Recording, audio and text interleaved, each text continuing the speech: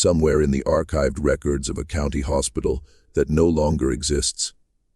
There are intake logs for a ward that was never officially opened. The entries span nearly 14 years, from the winter of 1871 to the early months of 1885, and they list, in careful copperplate handwriting, the names of 43 patients admitted under the care of a single physician. What makes those records disturbing is not the names. It is the column beside them, the one labeled discharge date, which for 31 of those 43 patients was left entirely blank. Not marked deceased, not transferred, not escaped, simply blank.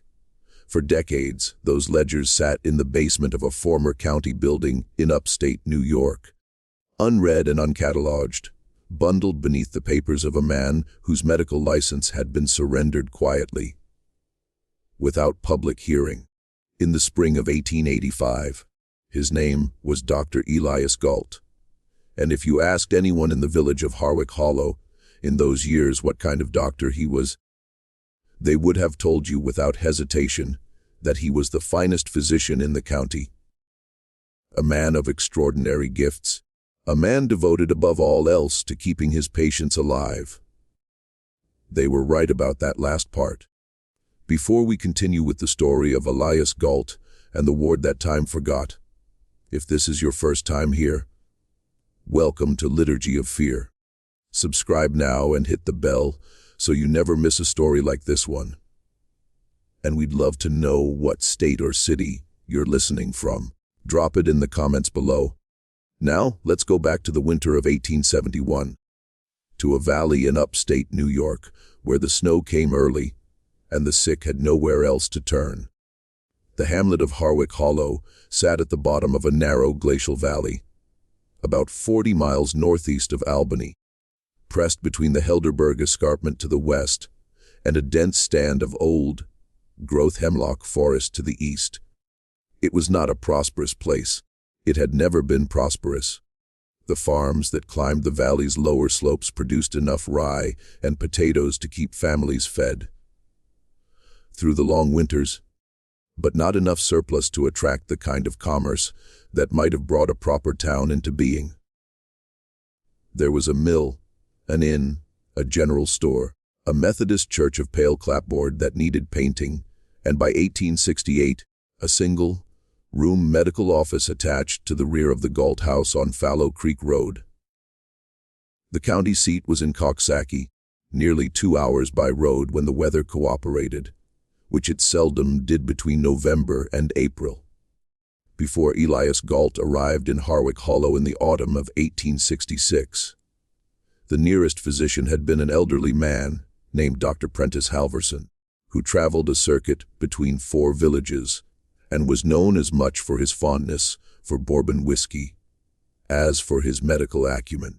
When Halverson died of a stroke while fording a creek in the spring of 1866, the valley was left with no medical care whatsoever, and the town council, such as it was, being 3 farmers and the mill owner, had quietly begun to despair of attracting anyone qualified to replace him. Elias Galt was 32 years old when he arrived. He came from the city, from Albany, where he had completed his formal training at Albany Medical College, and then spent 2 years working in the wards of Albany City Hospital.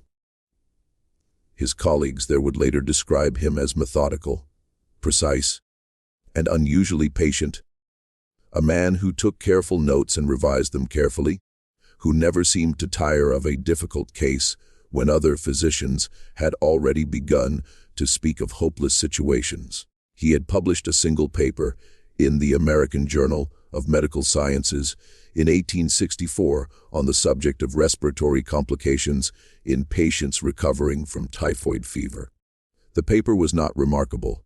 What was remarkable was its tone, clinical, almost cold, as though the suffering of the patients it described were variables in an arithmetic problem, rather than experiences being endured by living people. Nobody in Harwick Hollow read medical journals. What they saw was a tall, angular man with careful dark eyes and very clean hands, who arrived on a Tuesday with a leather trunk full of instruments and reference texts, rented the house on Fallow Creek Road from the widow Tilda Musgrove, and opened his office within the week. He charged modest fees. He made house calls in all weather. He did not drink. He attended the Methodist church on Sundays without apparent devotion, but without apparent reluctance. He was polite to everyone and familiar with no one. Within a year, he was the most trusted man in the valley. There was reason for that trust. In his first winter in Harwick Hollow, a diphtheria outbreak moved through the farms along the eastern ridge and killed 6 children before Galt contained it. He did this by isolating the sick, enforcing quarantine with a firmness that irritated several farmers, who could not afford to be kept from their livestock, and administering treatments, some of them drawn from European literature that had not yet reached standard American practice, that appeared to slow the disease's progression in at least 3 cases where death had seemed inevitable. The children who survived became a kind of testament. Their parents spoke of Galt with a reverence that the Methodist minister found slightly uncomfortable. By the early 1870s, the valley's population had grown modestly, not through prosperity, but through the arrival of 24 German immigrant families who had come to work the limestone quarry that opened on the escarpment in 1869. These families brought with them their own ailments, industrial injuries from the quarry work, the chronic respiratory complaints that came from breathing stone dust, and among the older men, the accumulated damage of decades of hard labor in worse conditions than anything Harwick Hollow offered. They also brought a cultural deference to educated professionals that sat comfortably alongside the valley's existing respect for Galt's abilities. It was for these quarry workers, and for the valley's poorest farming families, that Galt proposed the ward. He came to the town council in the winter of 1870 with a proposal written in the same precise hand that filled his patient ledgers. The valley, he argued, needed a facility for the care of patients whose conditions required sustained attention. Not the kind of sustained attention that could be provided by a family with a farm to run and other children to feed, but the continuous, professional attention that only a dedicated medical environment could offer. He had identified a building for the purpose, the old Renner farmhouse at the end of the hollow, which had stood empty since the Renner family departed for Ohio in 1868, and whose owner, a man in Albany who had inherited it without interest, was willing to lease it for a modest annual sum. The council approved the proposal with some hesitation. One member, a farmer named Cornelius Vander, raised the question of oversight. Who would inspect the facility? Who would ensure that its operations met the standards of the county medical board? Galt answered patiently that he would maintain full records and submit them to the county medical officer annually, as required by law. The facility would not be a formal hospital, he explained, but a private care home operating under his license, which relieved it of certain regulatory burdens while still ensuring professional standards. Vander was not entirely satisfied, but the other council members were, and the motion passed 3-1. Work began on the Renner farmhouse in the spring of 1871. By November of that year, the ward, as it came to be called, though it had no official name, was ready to receive its first patients. The first patient admitted to the ward was a quarry worker named August Brenner, 47 years old, a native of Baden-Württemberg, who had been in the valley for 2 years and whose lungs, Galt determined, had been severely compromised by stone dust. Brenner's breathing had worsened through the autumn to the point where he could no longer work, and his wife, Marta, had exhausted herself trying to nurse him while also managing their 4 children and the small kitchen garden that supplemented their income. when Galt suggested that August might benefit from the care of the ward. Consistent monitoring, proper ventilation, a diet calibrated to his specific condition. Marta Brenner agreed with the relief of a woman who had been carrying a weight she could not put down. She visited the following Sunday. The farmhouse had been transformed into something clean and orderly, with 4 beds in the main room and 2 in a smaller chamber off the kitchen that Galt had extended with a lean-to addition. There were linen curtains on the windows, a wood stove that kept the air warm and dry, and a smell that Marta associated with a hospital she had glimpsed in Baden as a girl. Carbolic, metallic, precise. Elias Galt met her at the door in his white coat and showed her to August's bed. August was sitting up, breathing more easily than he had in months. He held Marta's hand and told her the food was good, and the doctor checked on him twice a day, and he was sleeping through the nights for the first time since summer. Marta Brenner went home reassured. She came back the following Sunday and the Sunday after that, the 3rd Sunday in January of 1872. She arrived to find that August had been moved to the smaller chamber off the kitchen. Galt explained that the main room was being used for a patient who required more intensive care, and that August's situation had stabilized sufficiently that he could be moved without any risk to his treatment. He said this gently and clearly, and with the unhurried manner that people in the valley had come to associate with absolute competence. Marta nodded and went to see her husband. She noticed that the door to the small chamber had a new bolt on the outside. She did not say anything about the bolt that day. She told herself it was for privacy, or for preventing drafts, or for some other sensible medical reason. She did not have the expertise to understand. But the bolt stayed in her mind the way an unexpected sound stays in the ear long after it has passed. When she returned the following week, a woman she did not recognize answered the front door and told her that the doctor was not in and that visiting hours on Sundays had been changed to 2 hours in the afternoon, beginning at 200. Marta had arrived at 1:30, and so she waited in the cold for 30 minutes and then was admitted and taken to see August, who was sitting in the same position as the week before in the same chair, with a blanket over his knees. He said he was feeling well.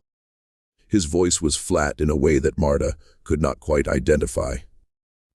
When she asked him whether he wanted to come home, now that his breathing had improved, he said that the doctor thought it was too soon. When she asked him what the doctor had said exactly, he paused for a moment, a pause she would remember for the rest of her life, and said that he couldn't quite recall. Outside, walking back through the snow along the hollow road, Marta Brenner tried to understand what was bothering her. Her husband was alive. His breathing was better. The facility was clean and orderly, and under the care of a physician everyone respected. She had no evidence of anything wrong. Only the bolt and the pause and the flatness in his voice and the feeling, which she could not justify and could not dismiss, that her husband was being held in that house the way a specimen is held in a jar, preserved and still and entirely in someone else's keeping. She did not know, as she walked home through the late January cold, that she had just had the last real conversation with August Brenner that she would ever have. He remained in the ward for 6 more years. The valley moved on as valleys do. The quarry expanded. 3 of the German families bought farmland and began to put down roots deep enough to feel permanent. A second general store opened. The Methodist church got its fresh coat of paint. Elias Galt's ward received, over the following years, a slow and steady stream of patients, some sent by Galt himself after house calls, some arriving through referrals from neighboring communities that had begun to hear of the facility. one or two brought in carriages, by relatives from as far as Albany who had been told by someone who knew someone that Galt could manage conditions that other physicians had given up on. The ward expanded. By 1875, Galt had added a full second story to the Renner farmhouse and enclosed the lean-to into a proper wing. A woman named Theodora Kepler, who had trained as a nurse at a hospital in Utica and come to Harwick Hollow to care for an aging aunt, was hired as the ward's only regular staff besides Galt himself. Kepler was efficient and quiet, and told anyone who asked that the work was satisfying, and that Dr. Galt was an exceptional physician. She said this without warmth in the same careful, uninflected way that Galt himself spoke about nearly everything. Among the families whose relatives had been admitted to the ward, there was a layer of unease that grew slowly, the way ice grows on a still pond. You can't see it happening, but one morning you step on what you thought was water and find it solid beneath your boot. Marta Brenner was not the only wife or daughter or son who had noticed something they could not name. Carl Fritsch, whose father Otto had been admitted in the spring of 1873 for a severe infection of the lower leg following a quarry accident, found that his father's improvement, which Galt reported regularly and in detail, never seemed to translate into any actual prospect of discharge. Each time Carl asked when his father might come home, Galt would describe another complication, another phase of treatment that needed to run its course, another risk of relapse that it would be irresponsible to ignore. The explanations were always plausible. They were always delivered in the same calm, methodical voice, and they always ended with Carl Fritsch walking back down the hollow road, feeling vaguely foolish for having asked. There was also the question of the records. When a patient died in the ward, and some did die, the very old, the very ill, those whose conditions had progressed too far, even for Galt's treatments to arrest. Galt filed death certificates with the county as required, and these were duly recorded in Coxsackie. But the certificates were filed in batches, sometimes months after the actual death, and the causes listed were invariably the patient's original presenting conditions: lung disease, septic infection, heart failure. No county medical officer had ever visited the ward to inspect its records or its conditions. This was not, in itself, suspicious. County medical oversight in rural New York in the 1870s was, in practice, nearly non-existent. But it meant that Galt's intake logs and his discharge records, the ones with the blank column, existed only in his own files in the farmhouse at the end of the hollow. In the summer of 1876, a circuit preacher named Absalom Crane came through Harwick Hollow on his annual tour of the valley communities. Crane was not a remarkable man in most respects, but he was observant, and he had been through the valley in each of the previous 6 years. And he noticed things that changed and things that didn't. He noticed that the old Renner farmhouse was considerably larger than it had been on his last visit. He noticed that there were more chimneys now, and that the curtains in what appeared to be upper-story windows were always drawn. He noticed that when he asked at the inn that evening about the facility at the end of the hollow, the innkeeper, a blunt-spoken man named Peter Schuller, paused before answering in a way that struck Crane as deliberate. "It's the doctor's place," Schuller said finally. "Galt's ward." "And it does good work?" Crane asked. Schuller looked at him steadily. "People go in," he said. Crane waited.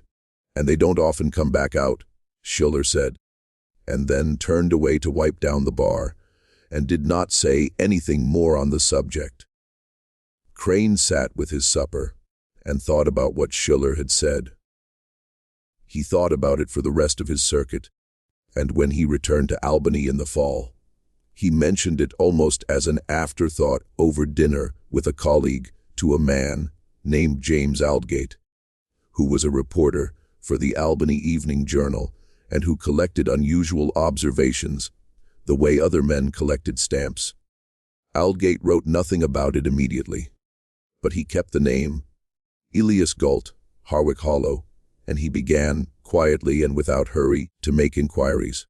It took James Aldgate the better part of 2 years to assemble enough information to feel that he was looking at something real, rather than a collection of disconnected complaints and rumors. He was a careful reporter. Careful enough that he had learned through painful experience the difference between a story and a grievance, and the consequences of mistaking one for the other. So he gathered slowly. He obtained through the county clerk's office in Coxsackie the death certificates that Galt had filed between 1871 and 1878. There were 11 of them. He compared them against the intake records he had been able to reconstruct partially through interviews with families of admitted patients. The math was troubling.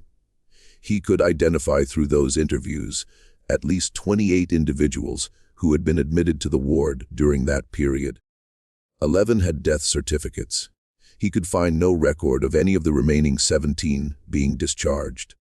He traveled to Harwick Hollow in the autumn of 1878 and spent 4 days at the inn and had conversations with everyone willing to talk to him, which was fewer people than he had hoped. Peter Schuller, who had first planted the seed 2 years earlier, through the circuit preacher's account, spoke with him at length, though always in the back room of the inn, and always after ensuring that no one else was nearby. What Schiller told him was not dramatic. It was a series of small, ordinary observations that together formed a picture Aldgate found deeply unsettling.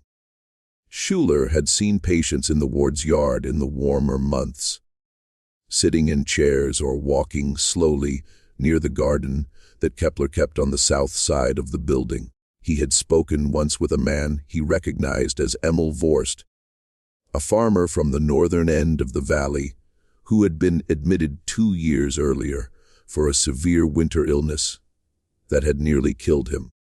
Vorst had recovered. Anyone could see that by looking at him. He was walking on his own, speaking coherently, and showed no obvious signs of serious illness. Schiller had asked him when he was going home, and Vorst had looked at him with an expression that Schiller could only describe as carefully blank, and said that the doctor had not determined it was safe yet. Then Kepler had come around the side of the building, and Vorst had looked away, and the conversation had ended. And that expression, carefully blank, was the phrase that lodged in Aldgate's mind. He had heard some version of it from Marta Brenner, who still visited her husband, August, every Sunday 4 years after his admission, even though August no longer seemed to recognize her with any consistency. He had heard it from Karl Fritsch, who had not been permitted to see his father Otto in over a year, Galt having explained that the elder Fritsch was in a delicate phase of treatment that required complete rest and minimal stimulation. He had heard it from a woman named Louisa Tanner, whose mother had been admitted in 1874 and who had received 3 months later a death certificate listing the cause as cardiac failure, though Louisa's mother, when last Louisa had seen her, had been ambulatory, cogent, and in no apparent distress. Aldgate was a journalist, not a physician, and he knew the limits of his expertise. But he had covered the Albany City Hospital for 2 years and knew something about medical practice. And what he was hearing suggested a pattern he could not explain through incompetence alone. Incompetence lost patients. It did not keep them. He requested an interview with Galt. Galt agreed, which surprised him. They met in the ward's front room on a cold Thursday in November. The room was precisely as clean and orderly as everyone had described. Whitewashed walls, scrubbed floorboards, linen curtains letting in the flat gray November light, a faint smell of carbolic acid that was not unpleasant. Galt sat across from Aldgate with his hands folded on his knees and answered every question in his careful, unhurried voice. The death certificates were accurate. The cases Aldgate had asked about were too sensitive for him to discuss specifically, as patient confidentiality was a professional obligation he took seriously. The facility's records were available to the county medical officer upon request. He had nothing to hide and resented the implication that he might. Aldgate asked as gently as he could about the patients, who appeared to have recovered, but had not been discharged. Galt looked at him for a moment. Then he said, "Recovery is not the same as cure, Mr. Aldgate. A man who stops coughing may still be contagious. A woman whose fever breaks may relapse without warning. The premature discharge of a patient whose condition I have not fully resolved is, in my professional judgment, a greater cruelty than keeping them a little longer than their family might prefer. I have seen what happens when people go home too soon. I have seen them die in beds their children sleep in. I have seen whole families consumed by illnesses that proper isolation would have ended. What I do here is not comfortable, but it is correct." It was a perfectly reasonable answer. It was the kind of answer that could not be argued with, because it was grounded in genuine medical logic and framed in terms of patient welfare. Aldgate left the ward that afternoon without having found a single thing he could point to and say, "This is wrong." He had only the feeling, persistent, cold, specific, that he had just been managed very skillfully by a man who had a great deal of practice at it. He returned to Albany and began writing the only kind of story he could actually write. Not an accusation, but a question. The article appeared in the Albany Evening Journal on the 14th of February 1879. It was careful, measured, and deeply unsettling to anyone who read it closely. Aldgate did not accuse Galt of any crime. He described the ward's operations, the family's concerns, the gap between admissions and recorded discharges, and he posed a series of questions addressed nominally to the county medical board about the oversight of private care facilities in rural counties. He named no patients, cited no specific cases, and at no point made any allegation that could not be supported by documented fact. It was, in every legal and journalistic sense, an exemplary piece of cautious reporting. It was also, within the valley of Harwick Hollow, received as a declaration of war. Galt's supporters, and there were many, because he had been the valley's physician for 13 years, and had in that time genuinely saved lives that would otherwise have been lost, were furious. The town council held a meeting at which Cornelius Vander, now older and somewhat softened toward Galt, moved that the council send a letter to the journal expressing its confidence in the doctor's character and the facility's operations. The motion passed unanimously. The minister preached a sermon the following Sunday about the sin of slander. 3 of the German families, whose members were not patients at the ward circulated a document signed by 42 residents, vouching for Galt's professional conduct. Marta Brenner did not sign it.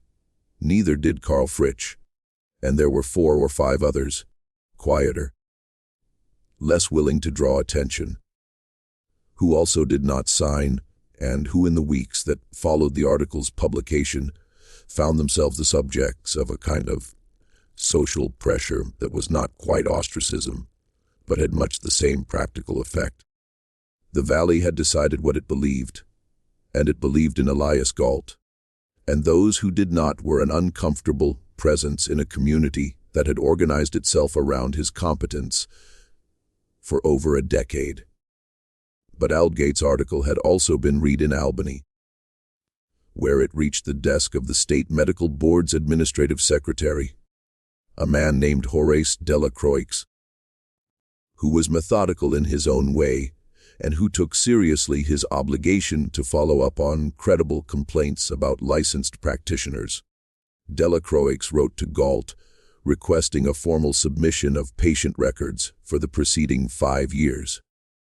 The letter was politely worded and framed as routine administrative procedure. It arrived at the Galt house on Fallow Creek Road in the 3rd week of February. What happened next is documented only indirectly.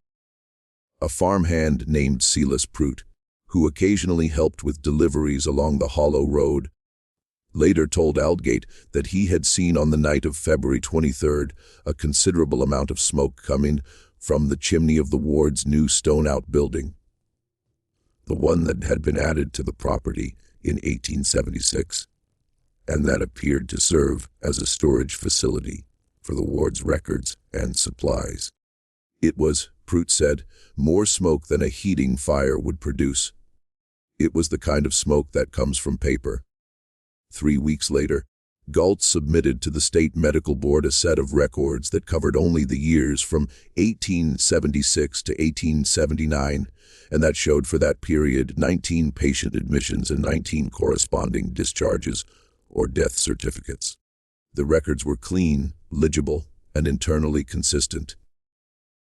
Delacroix reviewed them, noted no immediate irregularities, and filed them. For the moment, the inquiry stopped. But something else had begun, because among the families who had read Aldgate's article, and who recognized themselves in the questions it asked, without naming them, there was a slow crystallization of purpose. They had been isolated from one another, each family managing its own uncertainty, its own carefully reasonable explanations, its own reluctance to seem ungrateful to the man who had after all kept their relative alive. But the article had shown them that they were not alone, that other people were asking the same questions, that the questions themselves were not unreasonable. Marta Brenner wrote a letter to James Aldgate. So did Carl Fritsch. So eventually did a woman named Hedwig Roche, whose brother Conrad had been admitted in 1874 and who had stopped receiving any communication from the ward in 1877. When Galt had informed her, by post, that Conrad's condition had deteriorated beyond the point where visits could be permitted. Conrad Rausch would have been 41 years old in 1879. His death certificate, which Galt had not yet filed, did not exist. In the spring of 1879, Aldgate traveled back to Harwick Hollow with the letters in his coat pocket and a considerably clearer sense of what he was dealing with. This time, he did not request a meeting with Galt. He went directly to the ward and asked to see the patients. Kepler met him at the door. She was polite and immovable.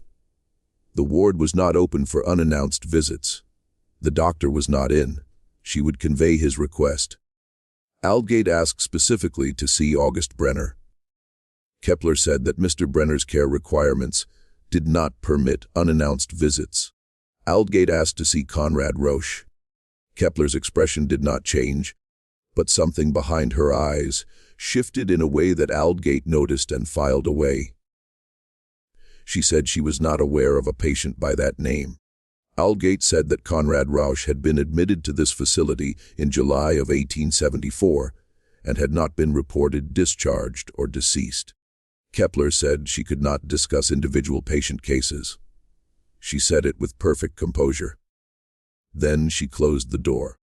Standing on the steps of the former Renner farmhouse, in the mild April light, listening to the sound of the bolt being drawn on the other side of that door, James Aldgate understood with a clarity that moved through him like cold water that he was not looking at a story about negligence.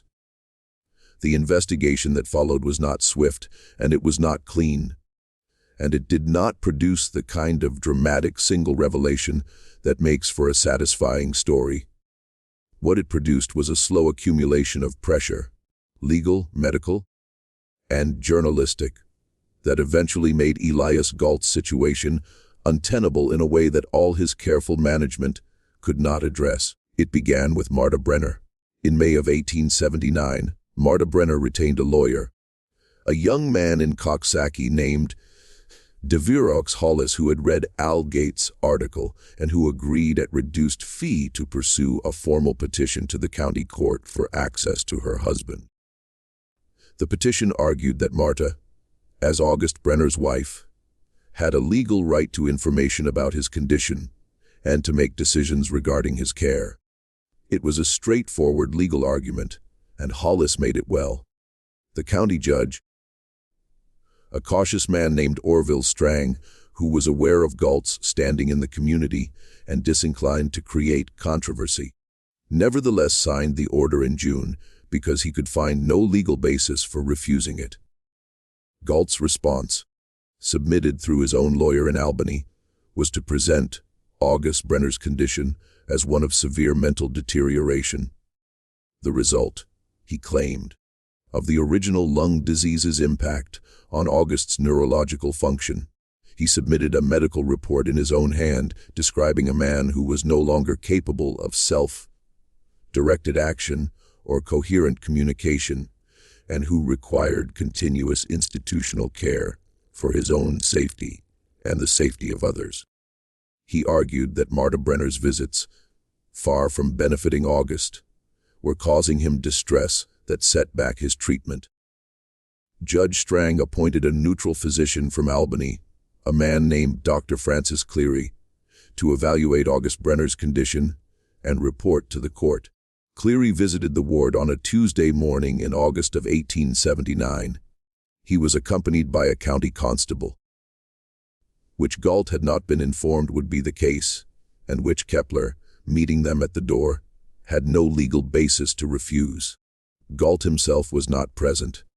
He was at his office on Fallow Creek Road, and Kepler led them through the ward with the careful composure of someone who had rehearsed this, or something like it, many times. What Cleary found in the main room of the ward was 3 patients, all elderly, all in beds, all in states of apparent sedation. He examined them briefly and noted in his records the smell he associated with laudanum, the tincture of opium that was in the 1870s legal, widely available, and routinely misused. He noted that the patient's muscle tone suggested long-term immobility, and that one of the 3, a woman he could not identify as no names were displayed, showed signs of pressure sores consistent with months or years of being confined to bed.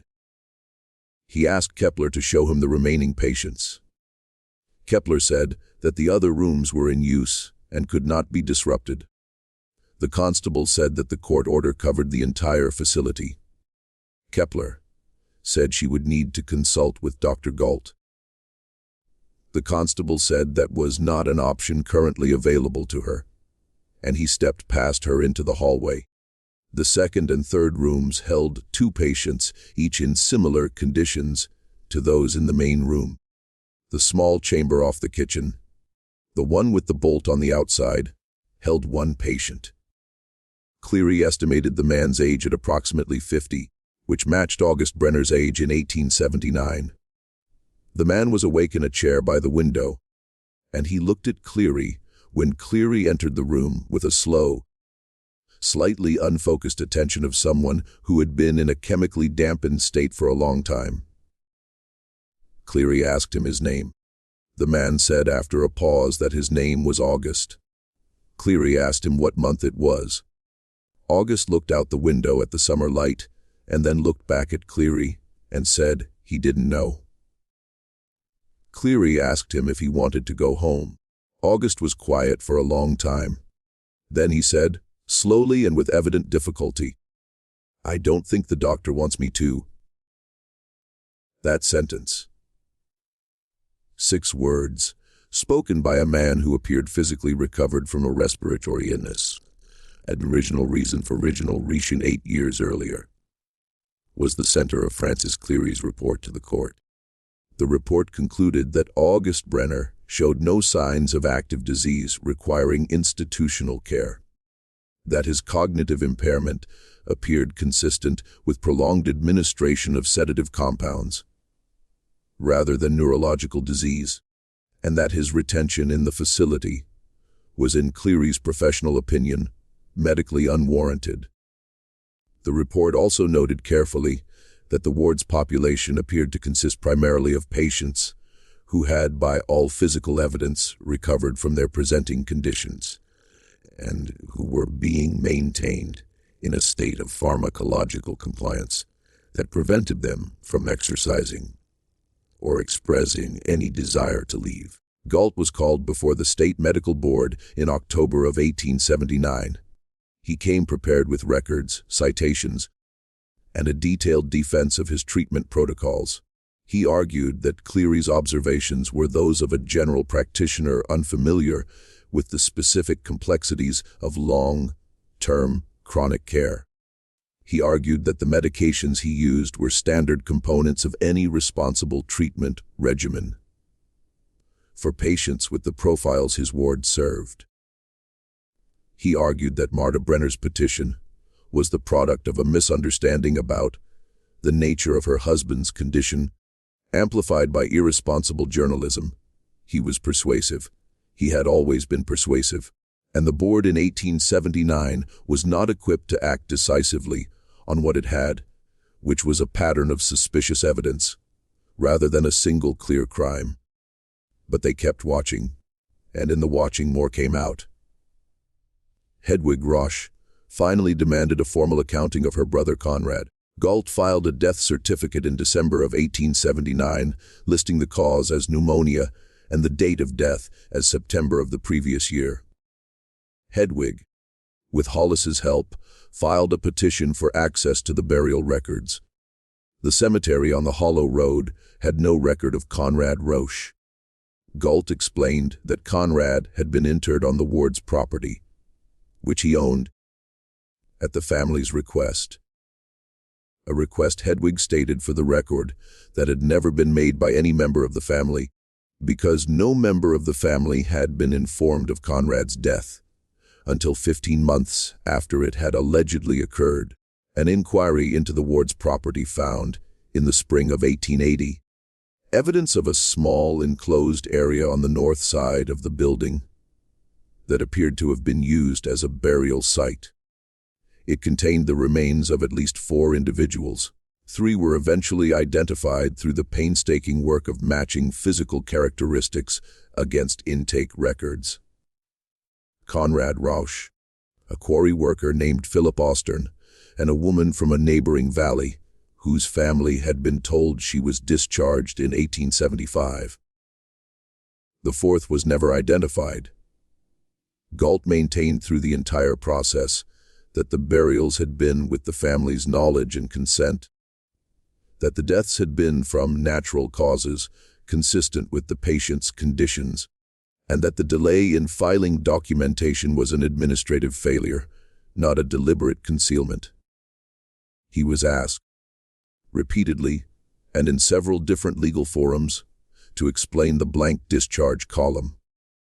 He said it was a clerical system he had since revised. He said it was an artifact of his record-keeping method.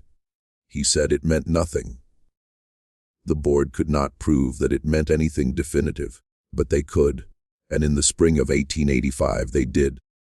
They determined that his practice of administering sedative compounds to patients without documented medical justification, his failure to maintain adequate death records, and his pattern of obstructing legitimate family access to patients constituted sufficient grounds for the surrender of his license.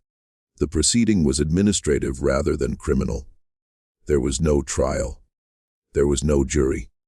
There was a closed hearing, a formal agreement, and Elias Galt's signature on a document stating that he would cease medical practice in the state of New York immediately and permanently. He left Harwick Hollow that spring. He went somewhere west. There were accounts, years later, that placed him in Pennsylvania, then Ohio, then further still, always in counties where his name had not preceded him.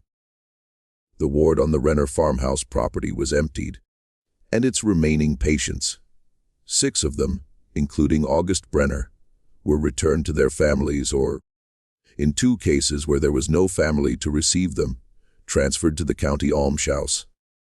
August Brenner came home to Marta in April of 1885. He had been in the ward for 13 years. He was 60 years old, and he walked with the careful uncertainty of someone relearning a skill. He had no specific memory of the years between roughly 1875 and 1885. They existed for him as a kind of gray absence punctuated by occasional impressions. A window, a chair, the smell of carbolic and laudanum.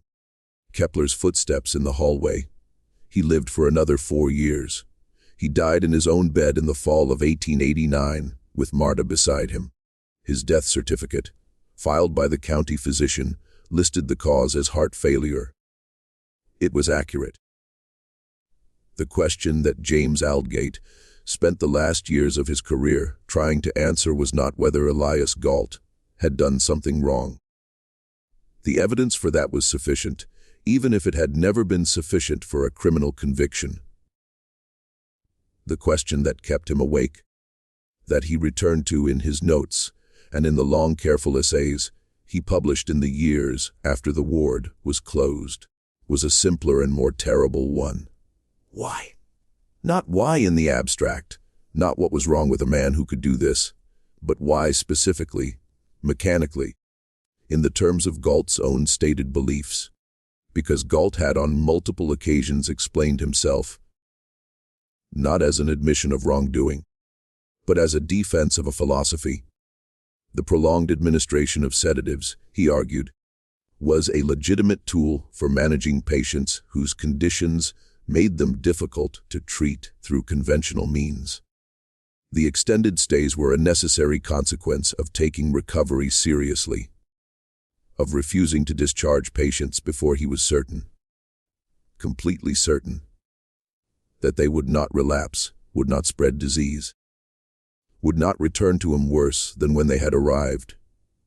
He spoke of it as a form of care, that the families were too emotional, too impatient, too medically uninformed to appreciate. Aldgate believed, in the end, that this was not entirely a lie. He believed that somewhere inside the system Galt had built at Harwick Hollow was a genuine medical conviction, that if he could simply control all the variables, if he could maintain his patients in a state of perfect, managed stability, if he could prevent the unpredictable intrusions of the outside world and the patient's own choices and the chaos of ordinary life, he could achieve outcomes that ordinary medicine could not. He believed that what Galt called keeping his patients alive too long was, in Galt's own framework, not a perversion of care, but its highest expression. What made Galt dangerous was not that he was indifferent to his patients. It was that he cared about them in a way that had no room for their autonomy, their relationships, their own experience of their existence. They were cases to be managed